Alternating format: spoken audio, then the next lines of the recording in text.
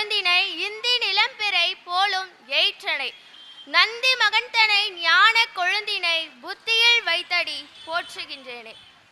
தனம் தரும் கல்வி தரும் ஒரு நாளும் தளர்வறியா மனம் தரும் நெஞ்சில் வஞ்சமிலா இனம் தரும் நல்லெனெல்லாம் தரும் தெய்வ வடிவம் தரும் அன்பர் என்பவருக்கே கணம் தரும் பூங்குழலால் அபிராமி கடை கண்களே. அடியேனுடைய வழிபடு கடவுளாகிய அருள்மிகு ஸ்ரீ சௌந்தர நாயகி அம்பாள் உடனாகிய நந்தி நாதேஸ்வரரின் திரு அருளினாலும் கோரக்கரின் கருணையினாலும் எனது சொற்பொழிவினை மேற்கொள்வதற்காக வந்திருக்கின்றேன். தலைப்பில்லாமல் பேசக்கூடாது, குறிக்கோள் இல்லாமல் வாழக்கூடாதுன்னு சொல்வாங்க. அதற்கு ஏற்ப நானும் இன்றைய தினம் நமிநந்தி அடிகளாரையும் திருநீலகண்ட யாழ்ப்பாண நாயனாரை பற்றியும் தான் நாம் இன்றைய தினம் சிந்திக்க இருக்கின்றோம். பெரிய புராணம் தொகுப்பிலிருந்து எடுக்கப்பட்ட நாயன்மார்கள் வரலாற்றில் இருந்துதான் இவர்களினுடைய வாழ்க்கை வரலாற்றை பற்றி நாம் அறிய போகிறோம். நான் எப்போதும் சொல்றது போலதான், நாயன்மார்கள் அப்படின்னு சொன்னாலே ஒருத்தரை விட ஒருத்தவங்க பெரியவங்க கிடையாது. அப்படி இவங்க ரெண்டு பேரும் எப்படி பெருமானை வழிபட்டாங்க, எப்படி இறைநிலை அடைந்தாங்க அப்படிங்கிறத பற்றி தான் நம்ம இப்ப சிந்திக்க இருக்கின்றோம். அருள்நந்தி நமிநந்தி அடியாருக்கும் அடியேன் அப்படின்னு சொல்லி சுந்தரமூர்த்தி அடிகளால் போற்றப்பட்டவர் இந்த நமிநந்தி அடிகள். இப்படி இவர் திருவாரூருக்கு பக்கத்துல இருக்கிற ஏமப்பேரூர் அப்படின்ற ஊர்ல பிறக்கிறார். திருவாரூர் அப்படின்னு சொன்னாலே நமக்கு ஞாபகம் வருது யாரு? தியாகேச பெருமான். ஆரூரர் தான் நமக்கு ஞாபகம் வருவார். அப்படி இந்த ஆரூர பெருமானை தான் அவர் வழிபடுறார். தினமும் ஆரூரரை கும்பிடுவார். அதுதான் அவருடைய தொண்டு. பெரிய புராணத்தை பொறுத்த வரைக்கும் தொண்டு இல்லாத அடியார்களை பார்க்கவே முடியாது.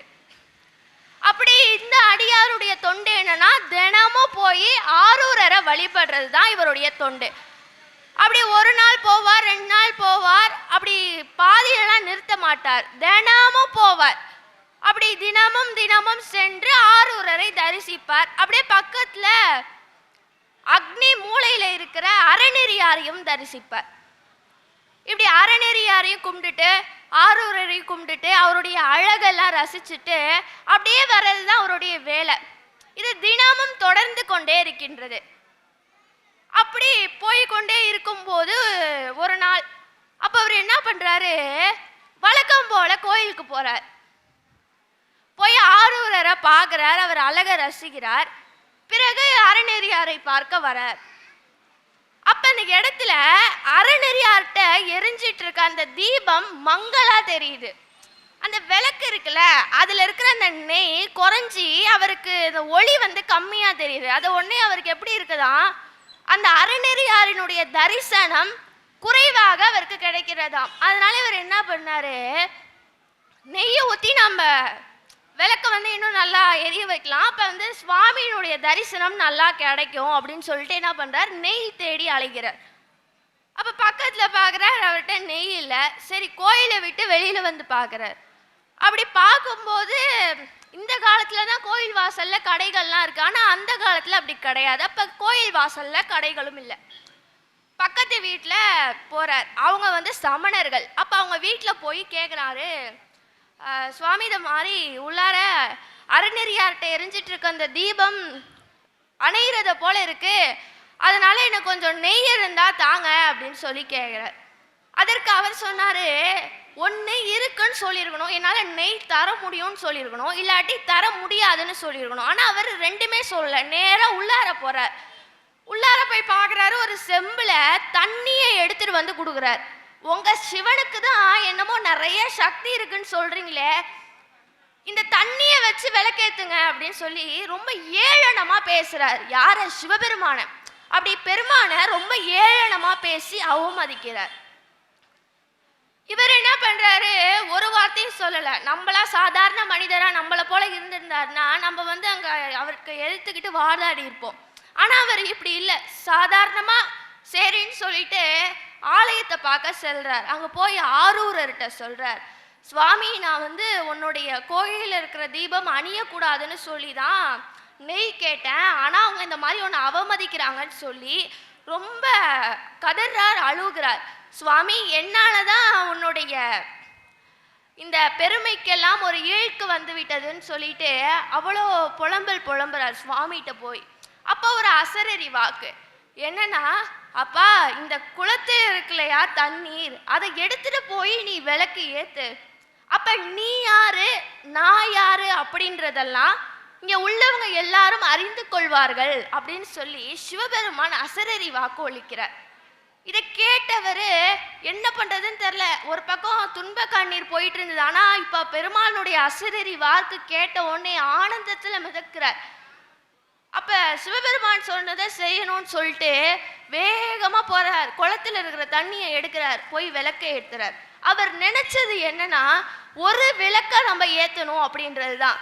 ஆனா பெருமானவருக்கு கொடுத்தது என்ன? கோயில்ல இருக்கிற எல்லா விளக்கையும் ஏத்தக்கூடிய அளவுக்கு நெய். அந்த தண்ணீர் அவ்வளவு இருந்தது. குளத்து தண்ணி எவ்வளவு இருக்கும்? அப்ப பெருமான் அப்படி சொன்ன உடனே அவர் என்ன பண்றாரு, அந்த தண்ணீரை எடுத்து விளக்கு ஏத்துறார். தண்ணி அந்த நெய்யில ஒரு சொட்டு தண்ணி கலந்துட்டா கூட விளக்கு எரியாது. ஆனா வெறும் தண்ணீரால் விளக்கேற்றி காட்டுறார் அந்த அடியார். இதை பார்த்து அந்த சமணர்கள் எல்லாம் வாயடைச்சு போறாங்க. என்னென்னமோ சொன்னாங்க சிவபெருமானை பத்தி. அப்புறம் பெருமானினுடைய கருணையையும் அருளையும் அவங்க அறிகிறாங்க. இப்படி இவருடைய வாழ்க்கையில பல அற்புதங்களை சிவபெருமான் நடத்துறார். அப்படி இவர் என்ன பண்றாரு, பெருமான் இவருடைய கருணைகள் எல்லாம் நிறைய தெரியவும் ரொம்ப சந்தோஷத்துல இருக்கிறார். சிவபெருமான் என்னமோ அவருக்கு ரொம்ப நெருக்கத்துல இருக்கிற மாதிரி அவ்வளோ ஆனந்தத்துல இவர் இருந்துட்டு இருக்கார். அப்ப ஆரூரர் பெருமான் அங்க தியாகேச பெருமானினுடைய ஆலயத்துல திருவிழா வருது. அப்ப அந்த பெருமான் என்ன பண்றார், திருவாரூருக்கு பக்கத்துல இருக்கிற மணலியில எழுந்தருள்கிறார். அப்ப அந்த மணலி ஊரு, அந்த ஊர்ல தியாகேசர் ஆரூரர் எழுந்தருளி இருக்கார். அப்ப அவரை தரிசிக்கணும். விழா ரொம்ப பெருசா ஜெகஜோதியா நடந்துட்டு இருக்கு. அப்ப அதை நம்ம தரிசிக்கணும்னு சொல்லிட்டு இவர் என்ன பண்றாரு, வேகமா போறார், திருவாரூர் போறார், அங்க மணலிக்கு போறார். அப்ப போய் பெருமானை தரிசிச்சுட்டு வரத்துக்கு ரொம்ப நேரம் ஆயிடுச்சு, இரவாயிட்டு. இவருடைய வாழ்க்கையில தினசரி 3 வேளை பூஜை செய்வார். உங்களுக்கு உதாரணத்துக்கு தீட்சை வாங்கினவங்களை பார்த்தீங்கன்னா காலையில, மத்தியானத்துல, மாலையில, இரவு 4 வேளை பூஜை செய்வாங்க. அப்ப இவர் இரவு பூஜை செய்யணும். அதுக்காக இவர் என்ன பண்றார், வீட்டுக்கு வரார். அப்ப ரொம்ப களைப்பா இருக்கு. அப்ப அவர் என்ன பண்றார், வந்து திண்ணையில அமர்கிறார். அப்ப அவங்க மனைவி உள்ளாரேந்து வராங்க, வந்து சொல்றாங்க, என்னங்க வந்ததும் வராதமா இப்படி திண்ணையில உட்கார்ந்து இருக்கீங்களே அப்படின்னு. அதை கேட்டவரு, இல்லம்மா நான் அந்த மாதிரி ஆலயத்துக்கு சென்றேன், ரொம்ப கூட்டமா இருந்துச்சு, அங்க யார் யாரையோ தொட்டிருப்பேன்ல, அதனால குளிச்சுட்டு வந்து நான் பூஜையெல்லாம் செய்கிறேன், நீ போய் பச்சை தண்ணீரை செஞ்சு வை அப்படின்னு சொல்றார். உடனே அவங்களும் போயிடுறாங்க. கணவன் சொல்ல கேட்டு அவங்களும் போயிடுறாங்க. அப்ப இவர் என்ன பண்றாரு, ரொம்ப களைப்புல அந்த திண்ணையில் அமர்ந்திருந்தவர் நல்லா காத்தடிச்சா கொஞ்சம் சற்று கண் அமர்ந்துட்டார், தூங்கிட்டார். அப்ப அந்த வேளையில எங்க சிவபெருமான் அவருடைய கனவுல காட்சி கொடுக்கிறார். காட்சி கொடுத்து சொல்றார், அப்பா நீ எப்படி என்ன வழிபடணும்னு நினைச்சியோ அதை போலதான் எல்லா அடியார்களும் அங்க வந்தாங்க, நீ எனக்கு எப்படியோ அதை போலதான் அவர்களும். நீ உயர்வாக நினைத்து கொண்டு மற்றவர்களை தொட்ட காரணத்தினால் குளித்து விட்டு பூஜை செய்கிறேன் அப்படின்னு சொன்னா இல்ல, அது தப்பு அப்படின்னு சொல்லி எங்க பெருமான் சொல்றார். அவர் சொன்ன அந்த வார்த்தையின் தப்பை எங்க பெருமான் உடனடியாக அவருக்கு உணர்த்துகிறார். உடனே இவருக்கு முழிப்பு வந்துருச்சு, ஆஹா நம்ம இவ்வளோ பெரிய தப்பை செஞ்சுட்டோமே அப்படின்னு சொல்லிட்டு பயப்படுறார். பெருமான்கிட்ட 1000 தடவை மன்னிப்பு கேட்கிறார். பெருமானே நான் தெரியாம செஞ்சுட்டேன், ஏதோ ஒரு மறதியின் காரணத்தினால் நான் அந்த மாதிரி செஞ்சிட்டேன் பெருமானே, நான் மன்னிச்சிடு அப்படின்னு சொல்றார். அப்ப அந்த கனவின் போது எங்க பெருமான் இன்னும் ஒரு விஷயத்தையும் அவருக்கு சொல்லியிருக்கார். என்னன்னா, நீ மறுநாள் திருவாரூருக்கு வரும்போது அங்கு இருக்கும் அனைவரும் சிவபூத கணமாக உன் கண்களுக்கு காட்சிப்படுத்தி காட்டுவேன் அப்படின்னு சொல்லி எங்க பெருமான் சொல்ற. உடனே இவர் என்ன பண்றாரு, எப்படா பொழுது விடியோ நம்ம எப்படா போவோம்னு சொல்லிட்டு காத்துட்டு இருக்கார். அப்ப அவர் பூஜை வேற செய்யணும். குளிக்காமலேயே பூஜையை செஞ்சு முடிக்கிறார். பெருமான்ட்ட அவ்வளவு மன்னிப்பு கேட்கிறார், எப்படா பொழுது விடியோ நம்ம திருவாரூருக்கு போவோம்னு சொல்லிட்டு அவ்வளோ ஆர்வத்துல இருக்கார். அவருக்கு விடிய விடிய தூக்கமெல்லாம் வரல, அவ்வளோ சந்தோஷத்துல இருக்கிறார். அப்ப மறுநாளும் விடுகிறது, திருவாரூருக்கு அவர் போறார். அப்ப அவர் அங்க போகும்போது சிவபெருமான் அவ்வளோ அருமையா அங்க இருக்கிறாரு. அப்ப அவர் அங்க போனபோது அங்க இருந்த மனிதர்கள் எல்லாம் சிவபூதகணங்களாக தெரிகிறார்கள். எல்லாரும் சிவமாக தெரிகிறார்கள். அவருக்கு ஒரு நிமிஷம் நம்ம கைலாயசத்துல இருக்கிறோமா இல்ல திருவாரூர்ல இருக்கிறோமா அப்படின்ற ஒரு சந்தேகம் ஏற்பட்டதாமா. அந்த அளவுக்கு அங்க இருந்த எல்லாரும் சிவமாக தெரிந்தார்களாமா. இதை பார்த்தவர் பெருமானினுடைய கருணையை உணர்ந்தார். அதுக்கப்புறம் அங்க தியாகேச பெருமானினுடைய ஆலயத்தில் இருக்கிற எல்லா திருவிழாக்களையும் சரியாக சீரமைத்தார். பங்குனி உத்திர விழா, அப்புறம் கோயிலினுடைய நித்தியபடி பூஜைகள், இது எல்லாத்தையும் அவரினுடைய காலத்துல தான் ஒழுங்குபடுத்தப்பட்டது. இப்படி அந்த கோயிலுக்கு என்னெல்லாம் தொண்டு செய்யணுமோ அது எல்லாத்தையும் செய்கிறார். இப்படி ஒரு சாதாரண அடியாராக பிறந்தவர் பெருமானினுடைய அருளுக்கும் பட்டு அவரினுடைய தவறையும் பெருமான் அவருக்கு காட்சிப்படுத்தி காமிச்சு இப்படி பல அற்புதங்களை சிவபெருமான் அவருடைய வாழ்க்கையிலும் நடத்தியிருக்கார்.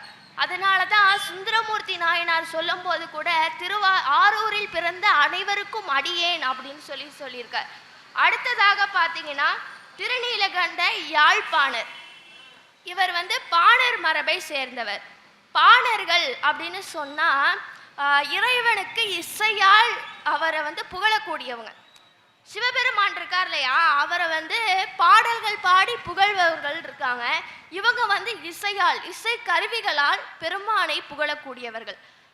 அப்படி இவர் பாணர் மரபை சேர்ந்தவர். இவர் திருநீலகண்ட யாழ்ப்பாணர். அவர் பேர்லேயே யாழ் அப்படின்ற ஒரு கருவி வருது, அதனால அவர் யாழ் வாசிக்க கூடியவர்.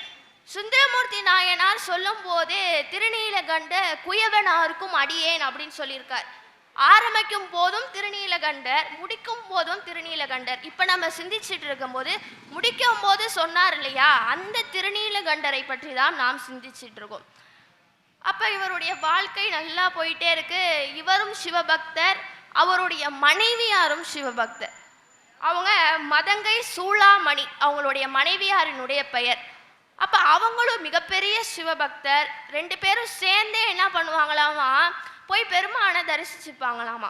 அப்போ போயிட்டே இருப்பாங்க. ஒரு கோயில் இருக்கும், உடனே இவர் யாழ் எடுப்பார், வாசிப்பார். கூட இந்த அம்மா அவருக்கு துணையா நிற்பாங்க. இப்படி உங்களுடைய காலம் போய்கொண்டே இருக்கின்றது. நாளொரு மேனியும் பொழுதொரு வண்ணமும் எல்லா ஆலயங்களுக்கும் சென்று பெருமானை பற்றி புகழ்ந்து இசைச்சிட்டே இருக்காங்க.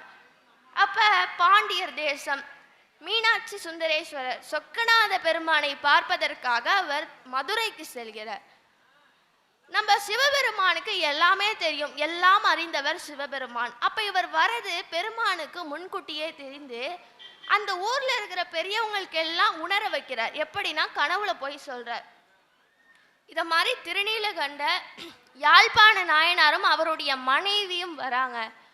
அவங்கள நல்ல ராஜ உபசரணம் செய்யுங்க அப்படின்னு சொல்றார். நல்ல மரியாதையோடு அவங்கள அழைச்சிட்டு வாங்க அப்படின்னு சொல்லி கனவுல போய் சிவபெருமான் சொல்றார். இந்த கனவு கண்டவங்க எல்லாரும் இவர் வரதை அறிந்து அவரை வரவேற்பதற்காக நல்ல ராஜ உபசரணங்கள்லாம் எடுத்துட்டு நிக்கிறாங்களாமா. இவர் எப்படா வருவாரு, நம்ம வரவேற்கலான்ட்டு. அப்ப இவரும் இவருடைய மனைவியும் பொழுது விடுகிறது அங்க பாண்டிய தேசத்துக்கு போறாங்க. அப்ப அங்க போனா எல்லாரும் வரவேற்கிறதுக்காக நிக்கிறாங்க. ரொம்ப அவருக்கு சந்தோஷமா இருக்கு. ஒருவேளை நம்மள வரவேற்கிறாங்களா இல்ல வேற யாரையாச்சும் வரவேற்கிறாங்களாங்கிற சந்தேகம் வேற. ஏன்னா இந்த காலத்துல தான் ஒரு செலிபிரிட்டி வராங்கன்னா நமக்கு முன்கூட்டியே தெரியும். ஆனா அந்த காலத்துல அப்படி கிடையாது. யாராச்சும் வராங்கன்னா அது நமக்கு எப்படியாச்சும் தெரியப்பட்டாதான் உண்டு. அப்ப இவங்க ரெண்டு பேரும் வரது எப்படி அவங்களுக்கு தெரிஞ்சிருக்கும்? ஒரு பக்கம் சந்தேகம், இன்னொரு பக்கம் சந்தோஷம். அப்ப அவரு சந்தேகத்தால் அங்க இருக்கிறவங்கள்ட்ட கேட்குறாங்க, எப்படி நான் வரது உங்களுக்கு தெரிஞ்சது? அதற்கு அவங்க சொல்றாங்க, நீங்க வரத சுந்தரேஸ்வர பெருமான் தான் எங்களுக்கு கனவுல உணர்த்தினாரு அப்படின்னு அவங்க சொல்றாங்க. இதை கேட்டவருக்கு ரொம்ப சந்தோஷம்னா ரொம்ப தாங்கல. இப்ப சாதாரண மானிடர்கள் நம்மளை வரவேற்றா கூட நமக்கு அவ்வளவு ஒரு சந்தோஷம் இருக்கும். ஆனா வரவேற்கிறது யாரு? சிவபெருமான். சிவபெருமான் வரவேற்கவும் அவருக்கு ஆனந்தம் தாங்கல. ஏற்கனவே யாழ் வாசிக்கணும் தான் அவர் போனார். இப்ப சிவபெருமான் வரவேற்க கூட அவருக்கு இன்னும் சந்தோஷம் அதிகமாயிட்டு, நம்ம இன்னும் நல்லா பெருமானை புகழ்ந்து பாடணும் அப்படின்னு சொல்லிட்டு வேக வேகமா போறார். அங்க போய் பார்க்கிறார், கோயிலெல்லாம் அலசி விட்டு மொழிகி ஈரமா இருக்கு, தரைகள்லாம் ஈரமா இருக்கு. ஈரமெல்லாம் நமக்கு ஒரு பொருட்டா? நமக்கு சிவபெருமான் தான் முக்கியம்ட்டு என்ன பண்றார், அந்த ஈரத்தரையிலேயே அமர்ந்து யாழையும் அந்த ஈரத்தரையிலேயே வச்சு கும்பிட்றார். அப்ப சிவபெருமானுக்கு பாடல்கள் எல்லாம் பாட ஆரம்பிக்கிறார்.